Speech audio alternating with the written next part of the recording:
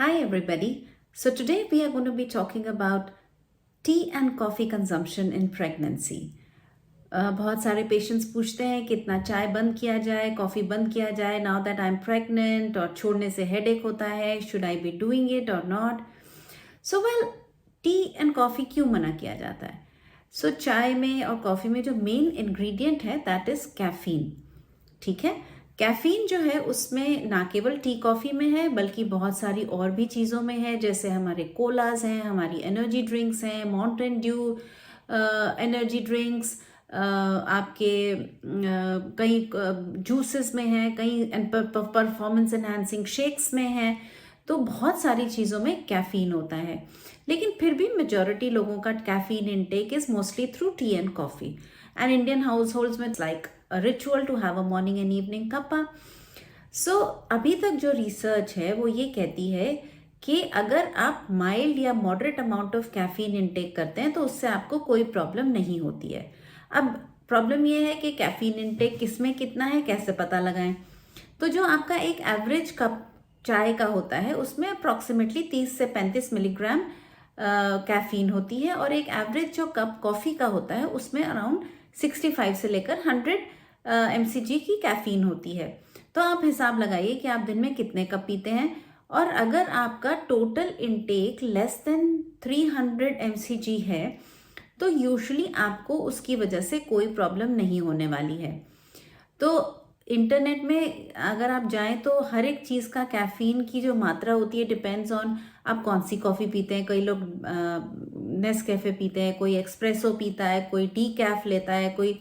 तो इस तरह से आपको अपना कैफीन इनटेक खुद कैलकुलेट करना चाहिए अगर आप वरीड हैं तो.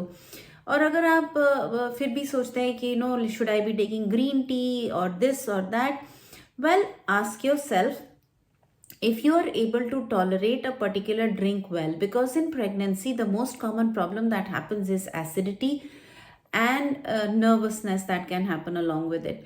Already because of pregnancy the nausea and vomiting is too much, and on top of that if you have too much tea coffee you can enhance your nausea. So because of that, a lot of elders will say, oh no, it's a bad unhealthy habit, you should not have it. But the good point about tea and coffee is it does increase your mental alertness, it increase your working capacity when you're very tired, and end of the day it is supposed to increase your mental agility also if you take it in small quantities. So the good thing is अगर आप दिन में 2 या 3 cup तक small coffee या चाय normal लेना चाहते हैं तो आप ले सकते हैं, उसमें आपके प्रेगनेंसी को कोई भी प्रॉब्लम नहीं होगा. और शॉर्ट टर्म में ये देखा गया है कि कई लेडीज़ बहुत ज़्यादा कॉफ़ी पीती हैं, black coffee and very strong coffees. अब आप स्टारबक्स में जाएं तो इतने बड़े बड़े कप्स कॉफ़ी के होते हैं, that is like 250 ml and more in one go, which is like majority of the Indian households have very small cups, and our cup size is like say 100 to 150 ml. So if you take that much quantity, it's just definitely not going to have a problem. Even if you take more, sometimes it has been seen कि आपके बच्चे का थोड़े temporary time के लिए heart rate बढ़ सकता है, बच्चा नर्वस, अंदर मदर की टमी में भी ऐसा देखा गया है कि उसके हार्ट में थोड़े से चेंजेस हो सकते हैं. बट बाय एंड लार्ज उसकी वजह से बच्चे की डेवलपमेंट पे कोई असर नहीं देखा गया है. और ये मिथ है कि कॉफ़ी पीने से आपका मिसकैरेज हो सकता है या आपको फर्टिलिटी में इश्यूज हो सकते हैं. That happens only in extremely high intake of caffeine which is like more than 1000 milligram per day, which is seen in very few people. Majority लोगों का कैफीन इनटेक इतना ज़्यादा नहीं होता है, इसलिए आप डरिए मत.